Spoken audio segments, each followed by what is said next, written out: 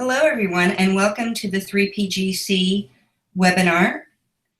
The 3PGC is Three Principles Global Community. It's a nonprofit organization that's committed to bringing an understanding of the three principles to people throughout the world.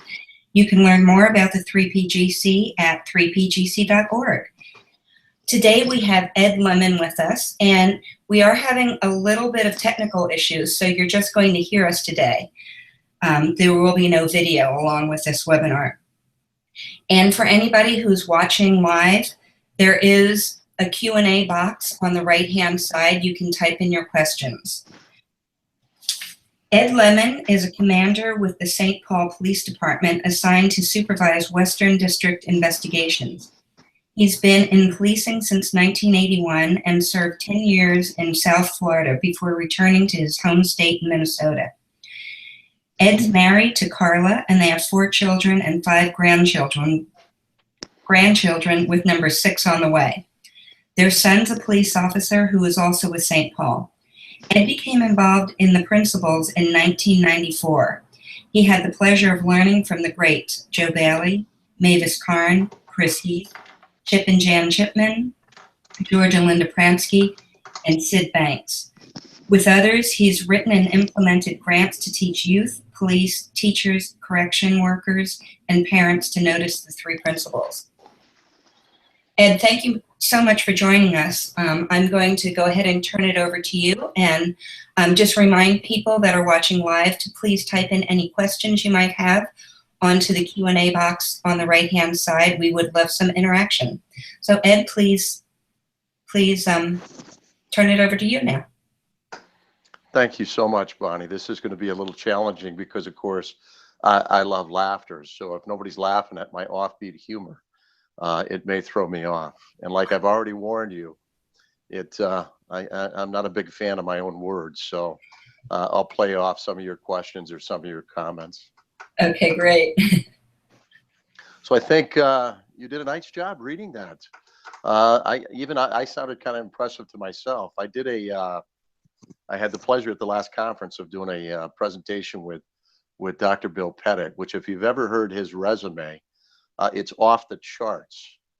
And so I got a full dose of humility about how little experience I have, particularly in the 3 principles, but that's near here nor there. So what was the topic we agreed on talking about, Bonnie? Hang on, sorry, I muted myself there for a minute. Oh, you're not allowed to mute yourself. The topic is why noticing and understanding the principles has never been more important. We are going to talk about the tone of the country in dealing with authority and misinformation, distracting from the true source of experience and reality. How do we return the calm to passion when dealing with larger concerns?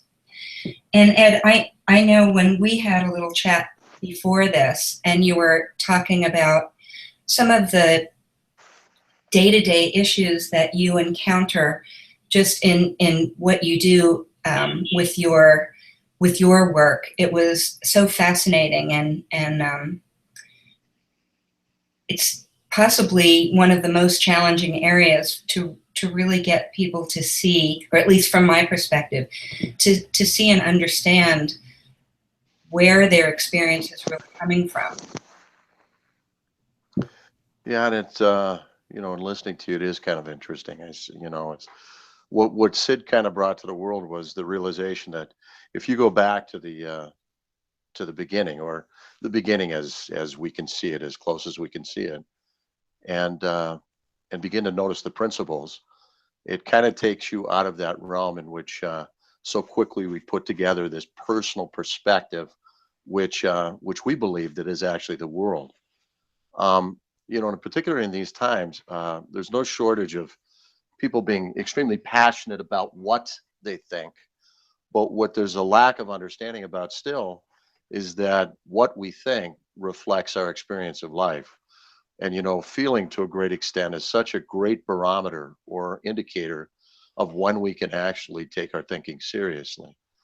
And the thing that gets lost mostly in the world is, the more of an edge you have to your feeling, the less serious you can take your thinking.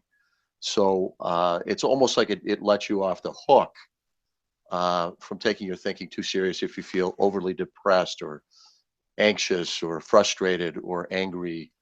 Once you start to notice the principles and you're able to see yourself putting things together in a certain way and creating a reality from which you're living. I mean, that's a tremendous amount of freedom. And even if you can't see it, the faith, that all of a sudden it'll break through and reveal itself to you is another. I mean, something that really throughout my life, and once I kind of noticed this, has brought me great freedom. And I think that's why, in these times in particular, I mean, when you listen to, and I don't want to say it to many, because what you're hearing is all these different realities, personal realities, but unfortunately, the personal realities are being portrayed as if they're impersonal reality. And noticing the principles allows us to actually feel or understand when we have a better feel for seeing things impersonally. I mean, there were so many, really, when you talked about the greats that I got exposed to, I was so fortunate when I came to St. Paul and I became the beat officer on Selby Avenue, because Joe Bailey was there. And I remember it, I always tell this story because it really is funny. I'm dealing with a lot of gun violence, and much like today, although I think it's accelerated a little bit. And I went to a large community meeting where people were very upset, and Joe was talking, and he began to talk about thought as the key and awakening to these principles. And I remember sitting in the back and thinking what an idiot he was. And I remember the thought specifically that came to me was, these people are worried if they're going to get to their homes, and he's telling them that thought is the secret. And funny as it may sound, about 6 months later, something told me, well, people kept telling me to go search out Joe. And then I finally listened to my own common sense. And I went and I sat with Joe, and he said about 10 words. And all of a sudden, I experienced that insight, that epiphany, and realized, this is kind of what I knew, and yet had always been looking for. I mean, even in my career in policing, you're always looking to walk into a situation which is completely hopeless, and people that are participating in that reality, and leaving them with something that restores hope. And the interesting thing is, when they realize that what they think isn't necessarily true, or because we think it, it's not real, that's a tremendous amount of freedom. And then, of course, we go into the idea of timing.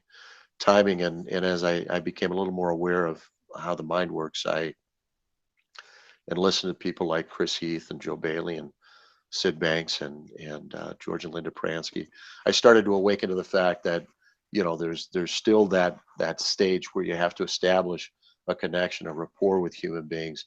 You have to listen to them to the point where you'll start to have those deeper insights, and you know how to connect with them at a level of wisdom versus an intellectual argument.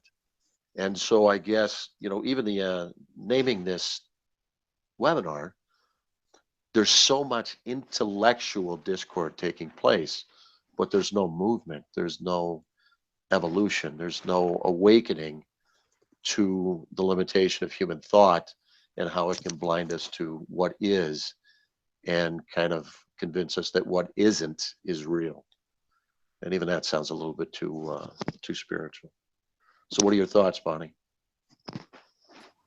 Well, I had a similar experience to what I heard you say when I first learned about the three principles, in that I knew, for me, this was what I was looking for. It gives that hope. And what I guess the question that comes to mind is, how do you use this in your daily life when working in your job, in the position that you're in? You're working with, you'd mentioned there's a lot of violence going on. Is there a way that you found that you're able to get through to people faster? Or I don't exactly know how to ask that question, but I'm just really curious as to how you are able to apply this. I know that you have groups that you've worked with, but in just day-to-day activity, how does this really help with what you're doing, interacting with the community?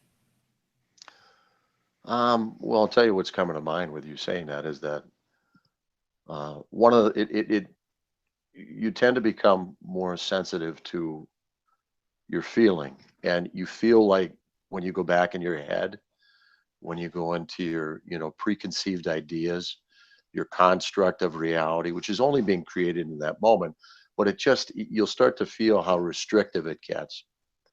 And it's almost like backing yourself into a corner or sticking your nose against a wall. You see a tremendous amount of detail, and you almost lose sight of the fact that you have no big picture, you know. But for me personally, I get lost all the time. It's just I tend to wake up sooner, so I tend to do less damage. So, we talk about words hurting, but and to a certain extent that's true. But it's the idea that if you're interacting with an individual and you're not connecting with what they're trying to relate to you, or you're not connecting to them on a human level, there will be pushback. There'll be a ton of signals that you're not connecting, and in the form of resistance, in the form of aggression, anxiety, frustration, defensiveness, insecurity, whatever you want to call it. So there'll be that, and so you kind of awaken to that. So and like when I talk to cops now, and I do it in a really less formal manner because of the fact that I'm not trying to teach them anything. What I'm trying to get them to do is take a little bit of a break from creating their reality and noticing how they're creating their reality. So it's not, Syd would always say, it's not what we think, it's the fact that we think. So at any given moment, you can always regain your balance by stopping long enough to just get a feel, to look for those deeper insights, to take in information from outside of us and kind of let it resonate without thinking about what's being said or done. Now, speaking with that, one of the things I've noticed, making plenty of mistakes, is you can't disconnect from the fact that if you can be really, really grounded and you can be in a state of clarity, it doesn't mean that the other individuals will de-escalate. It doesn't mean that other people will not continue to be violence. It doesn't mean that they'll be so far into their thinking that at that point they're unreachable. So common sense dictates that my job, what I've chosen, my profession, my role is to contain them and stabilize them, to protect them from themselves, protect the community from them, and protect other police officers from them. So I mean, I'm very comfortable using violence, but what understanding the principles has allowed me to do is when I need to use violence, it's not an overreaction or underreaction. It's usually very appropriate. And it's never to make myself feel better or to make the other person feel subservient, which makes it easy to talk them through it, even as you're using, violence, talking them through and helping them to understand that what you're trying to do is to protect them, to help them.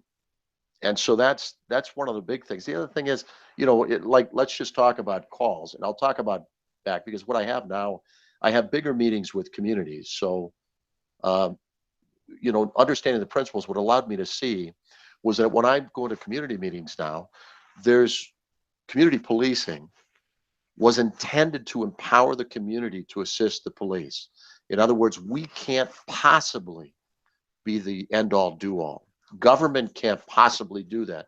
So the idea is to empower, train up community, make them more aware, help them understand what to look for and how to respond in an effort to bring the community together and make community safer. But unfortunately, what happened is that there was a little bit of a disconnect in the sense that we became so focused on serving that, much like with our kids, if you serve them too adamantly, they don't become independent. So people began to be overly dependent on police. So a lot of times what I'll do in my community meetings or my interactions, there's always a component training the community up and helping them to understand that we need them badly. to be eyes, ears, assistance, support, in any way they can do without putting themselves into danger, to actually, making the community safer and more responsive to the needs. So that's a couple examples. I don't think if I didn't have, even a small understanding of how thought created reality, I don't think I would see things like that. Because I think my nature is serving. So I love doing things for people. But sometimes that's not the most appropriate response at any given moment. Wisdom allows you, or that clarity of mind we call wisdom, common sense, an absence of overthinking in a personal manner that allows you to see in this moment, what's real, and how to respond in the most appropriate manner. Does that resonate a little bit? Completely. I love what you were saying. It reminds me of, you're teaching people to fish. You're not giving them a fish. Right. You're really giving them you're pointing to the tools for them to help themselves. And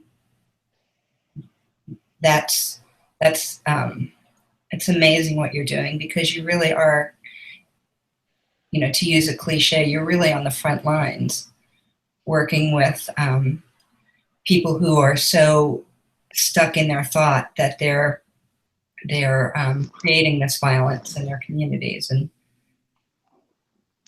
well, and what you just said kind of sparked something with me. The interesting thing is, what Syd revealed is you can't pick and choose the audience that you want to apply this to. All of us are operating the same way. All of us have moments of epiphany with great clarity. None of those epiphanies or great clarity bring a sense of judgment, condemnation. It doesn't bring that. It brings an understanding that allows us to connect with individuals, not communities, individuals.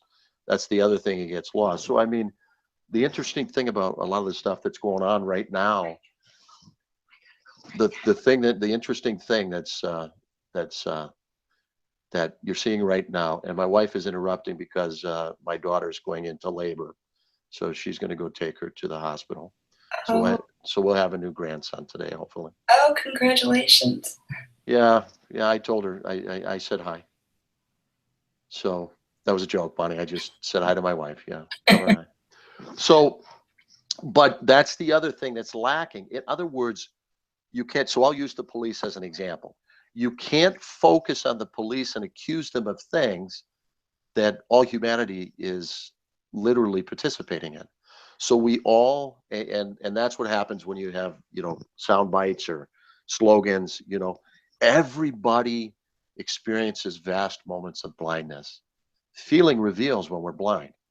One of the things I love about any spiritual documents, which kind of gets forgotten, is spiritual documents are talking about something that's intangible. So one of the dangers is taking spiritual documents and applying them to the tangible world.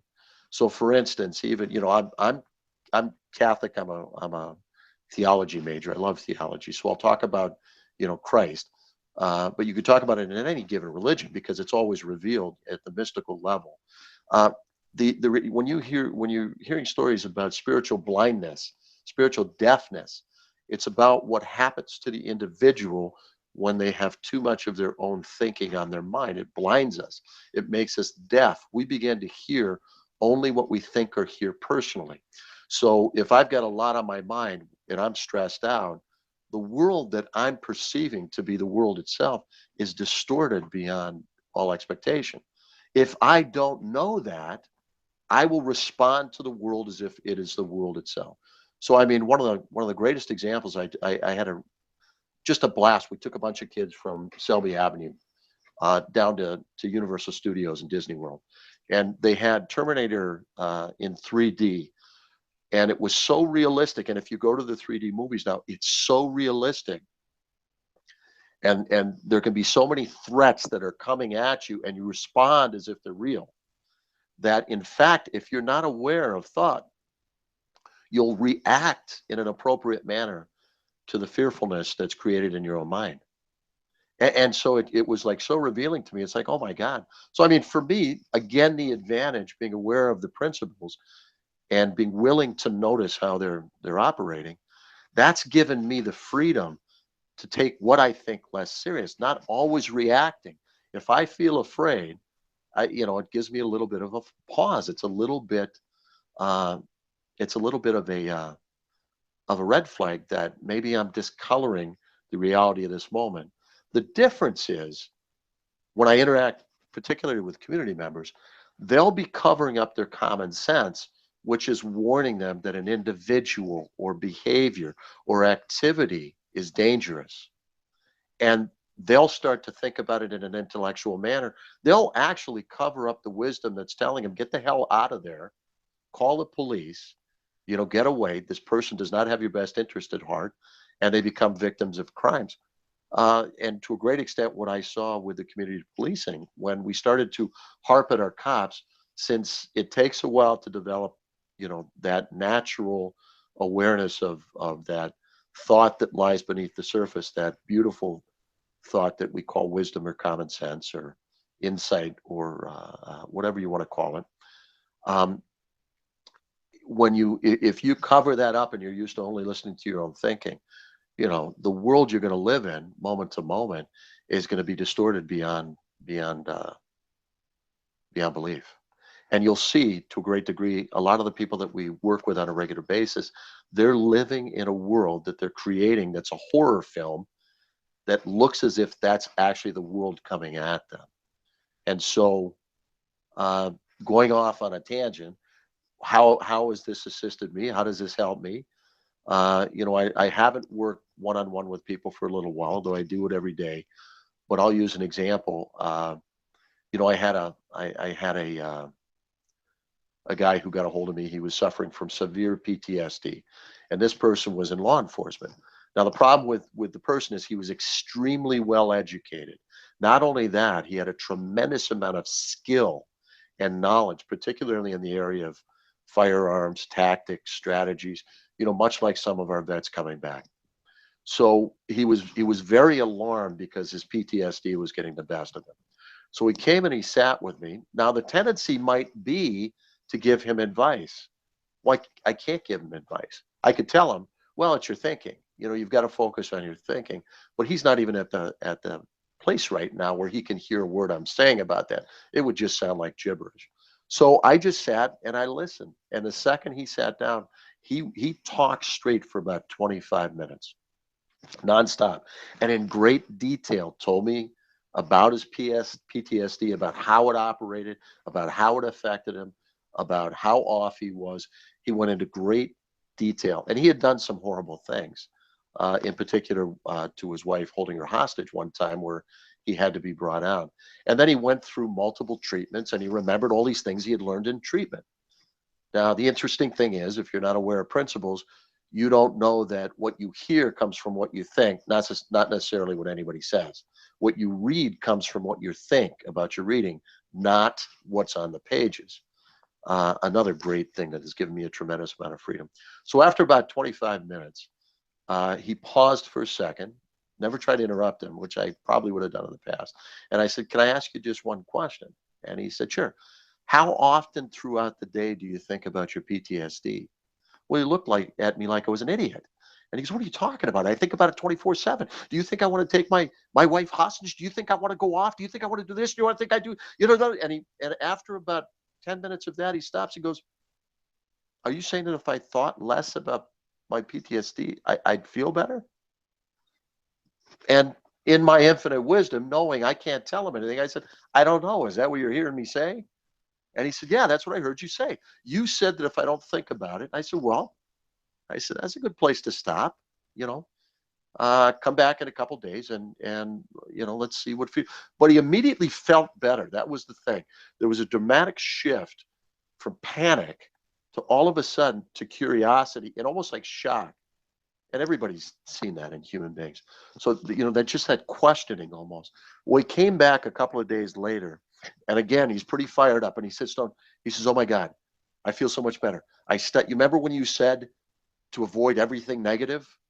Now I basically told you what I said throughout the whole half hour or 45 minutes. And I said, okay. And he says, oh my God, I cut out talk radio. He says, I noticed I'd be sitting with my friends and talking negatively. I noticed I was reading the paper and looking for the most negative stuff. He says, and I feel like 100% better.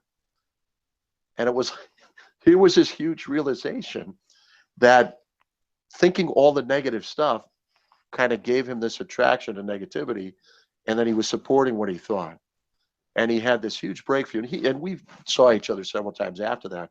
But he, after that, became so open to the role that thought played in creating his experience of life.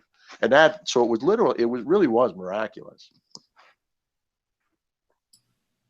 Wow, that's really phenomenal. It reminds me of something that I read that says you can never, like so many people identify, I feel anxious, so I'm an anxious person.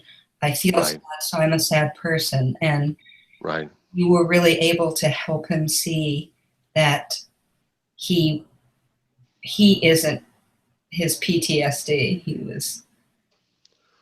Well, and the interesting thing, and it's hard to hear this, is that the only reason I was allowed to be part of that is because I was quiet enough. I had so little thinking on my mind. I was not looking to control or figure out what he was talking about intellectually, that, a few wise things came to mind, and I just knew that was what to say. If I tried to think of those things to say, nothing would happen. Yeah. That's the cool part. Yeah, I totally get that. It's and I mean, there's plenty of instances where something like that won't happen, or won't happen as dramatically. And there's plenty of time that I feel a little bit rushed, or a little bit anxious, or a little overwhelmed. And that stuff sounds stupid. It sounds ridiculous. I mean, I experienced it and it sounds ridiculous, And again, we're at least being aware of how the principles function allows you to just be kind of patient with yourself and understand, oh, I get it, I'm off. My mood is down, which is another way of saying, the world I live in is turned negative. It's really, it's just, you can't even really describe how huge it is to awaken to the fact that we're always swimming in what we think. Like George Pransky, something that really stuck with me forever was, the world is always okay, but for what we think. And that doesn't mean that there isn't plenty in the world we have to address. It just means that if you're coming at that out of insecurity, or a feeling of hatred or anger or anxiety or impatience, if you're coming at the world out of those feelings, you sure as hell are not going to inspire hope, security, faith. You're going to basically, it's like throwing gasoline on a fire. What I'm wondering, Ed, as you were talking, is, do you have the opportunity to do, maybe not being called the three principles, but to do training with police officers that are working under you, and build in this understanding in any type of formal way? Or in your position, do you use it more as the one-on-one like you were just talking about? It's a common. I guess that I think it'll infuriate people that love to prepare for things, but I love to go on things blind, because I feel like I just have to rely more on my wisdom or my common sense versus my intellectual prowess. And I'm really limited in intellectual prowess anyway. On a scale of 1 to 10, I owe points. I don't like to tell people that, but it's true. But that was a joke, Bonnie. You can laugh, but unless you really, that's been your experience. I always tell people I have a room temperature IQ. That's why I lived in Florida, because it was warmer. I'm a little bit more screwed in St. Paul, Minnesota. But I love the informal settings. The problem, I think, with once again, this is just me. Since we create our own dynamics, we create, the world around ourselves. plenty of people are extremely effective in groups.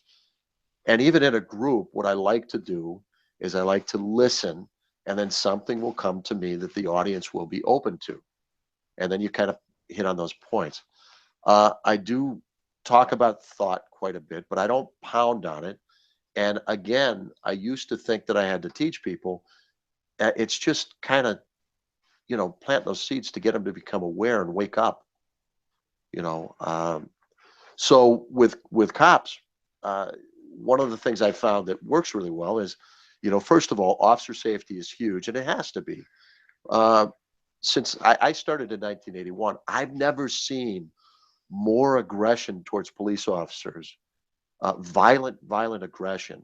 One of the statistics that keeps growing every year to year, is ambush. That means absolutely no warning of a deadly attack on an officer who will probably be involved in something that seems non-threatening. We've had it when they're getting soda in a convenience store. We've had it in a coffee shop when they're sitting talking. We've had it when people flag them down for help. We've had them when they've called for assistance because they've had a problem. It's a little more challenging than I've ever seen it. And so with officers, you don't ever want to, you kind of want to understand that awareness you have to have, which you don't want to overreact or underreact to. You don't want to see danger where it doesn't exist, and you don't want to ignore it when your common sense warns you that it's present. So I use listening to a great extent because I've never seen a downside to listening. And I'll pound on listening. I may use a few exercises to help them to awaken to the role that thought has. And one of my favorite is, think of something beautiful and just kind of get into the details of it. And then just simply, how do you feel? Really well, really relaxed. Somebody says, well, I feel nothing. You know that they weren't actually thinking about details about something beautiful. And then I'll say, okay, now switch up a second. And, and I'll usually do it in the reverse so they feel better at the back end. And I'll say, well, think about something that really stresses you out, something that really bothers you. Can't be in the room though. And, across the board, well, how do you feel? Well, I'm pissed, I'm mad, I'm stressed out, I'm anxious. And I say, okay. And then they get to see how quickly the reality will shift from something stressful to beautiful. And they'll also get a feeling that feeling reveals what you're thinking at any given moment. The great mystery of feeling, or, it's more like a barometer to mental health and what mental state we're in. So, I mean, that's kind of, because to a great degree, particularly in my profession, you have to be careful of a stigmatism. You'll be seen as kind of a weirdo. And that doesn't help anybody. If you can't connect with your audience, if they think you're so off. So that's why listening to your audience and letting them tell you how to talk to them is the greatest thing anybody can do. Never tell them what you know. Listen to them, and then what you want to do is play off what they see or what they have a suspicion of. It's kind of like even with dysfunction, what I started to, and I can't see it as well now as I'm talking, but what I started to see was that dysfunction was really somebody taking something, thinking that it worked for them, and it was over application. So it was almost like, you start to think that vitamin A is great and it really is good for you. Then you start overtaking it and you have all these side effects. Well, people start bringing these thoughts to mind, and they have a severe reaction to it because they're over medicating themselves with the thought.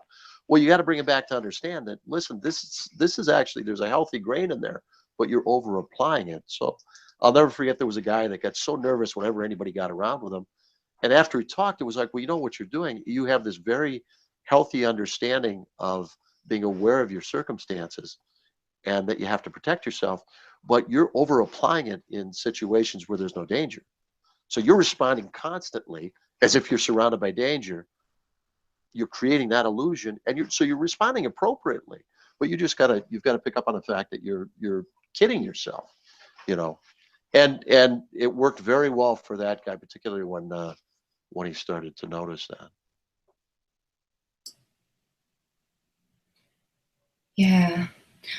What's coming to mind is how I get caught up in my thoughts, and of course every human being does, And the situations that I get caught up with are not necessarily the extreme ones or dangerous circumstances.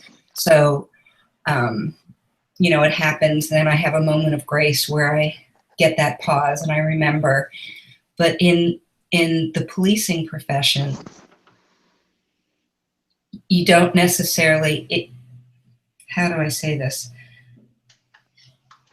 It's not a relaxing situation. There's imminent danger, as you were saying. There could be imminent violence, and I really admire what you're doing, what you're saying, and really just have a different perspective of policing in general, of keep of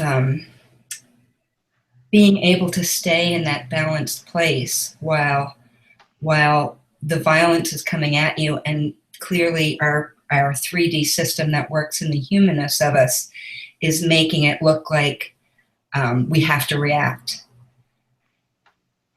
Well, and and again, what you say is so true. And noticing mind, thought, and consciousness kind of allows us to realize that nothing outside of us dictates how we feel or react in any way. Um, it's constantly being generated from within. So even when people see me in my profession, they have a great deal of admiration, but sometimes they don't understand that in my world, this is very fulfilling and very enjoyable. And that what has always been enjoyable to me is going into the situations that people would run away from to restore order or to protect people from themselves or protect the community from them. That and to a great degree, that's with people that are attracted to the military, people that are attracted to law enforcement and policing. Uh, that's what's attracting it. It's kind of like, again, the principles allow us to awaken to the fact that if we all function from the same three principles, doesn't mean we're all going to be called in the same direction.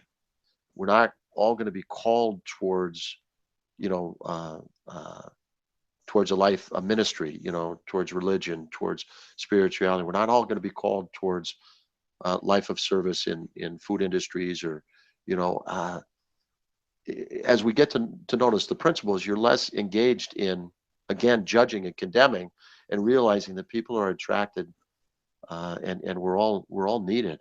So, I mean, even people in my profession, you don't want to rehabilitate them too much. Um, you want to understand them. And to a great degree, what we've done a terrible job at, one is connecting the dots for why we do what we do. But that comes from a healthy outlook. We have to protect integrity of investigations. We can't say everything we know to everyone because it compromises the integrity of investigations. And if it's compromised, then you can't get convictions or you can't do thorough investigations or the people you're investigating will flee. I mean, there's a tremendous amount. So once again, based on a healthy principle, but what's evolving is people want a little bit more transparency. But in the same context, you'll have people that understand our process and then they'll exploit what they understand to create an illusion that there's conspiracy or lack of transparency and that's the other thing that common sense allows us to awaken to. When somebody's using things for their own gain or to forward their own uh, ideology or outcomes, we've got to become aware of that. You can't. It's interesting, as I don't think the world has ever been evolved more than it is right now, but how easily people can be led. If it's almost like that old adage, if three people say something, all of a sudden it becomes a fact, even though it defies any type of logic. So, for instance, even here, we had people that kind of exploited how an investigation works. We had two officers involved in a deadly encounter where they had to shoot somebody, and the people that understand the process exploited that front end when you can't really release much information, and they created this false story about the cops basically handcuffed this guy in the middle of the street in front of all these witnesses, in front of paramedics, in front of the person's girlfriend, and executed him. And it was what kind of took us aback was so many wonderful, good-hearted people bought into that, and then they responded as if it was true.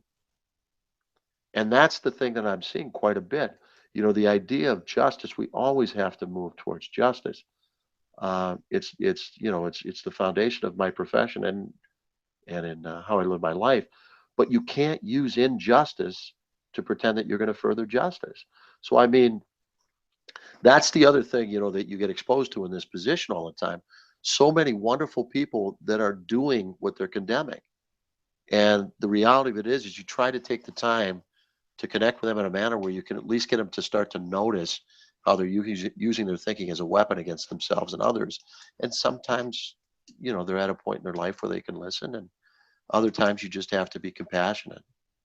And I mean, that's across the board and anything you can think of, as far as anything we'd call social concerns, I think. At least that's how I see it.